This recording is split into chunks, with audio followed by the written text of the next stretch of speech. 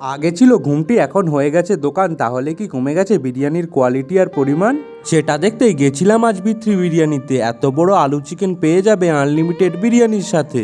আজকে গিয়েছিলাম ব্যারাকপুরের বিথ্রি বিরিয়ানিতে, আর দুপুরবেলা টাইম হওয়ায় সামনে তো প্রচুর ভিড়।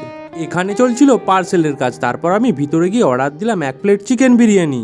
ভিতরের অ্যাম্বিয়েন্সটা দেখে নেওয়ার সঙ্গে মেনু কার্ডটাও। এখানে বসে খেতে গেলে এক্সট্রা 15 রুপিস চার্জ দিতে হবে, যেটা অলরেডি মেনু কার্ডে ইনক্লুড আছে।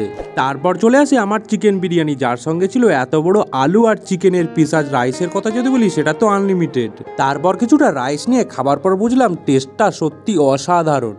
ইনসেন্ট বাইটের জন্য কিছুটা আলু, চিকেন আর রাইস নিয়ে টেস্ট করে দেখলাম, যেটা খেতে সত্যি দারুণ লেগেছে।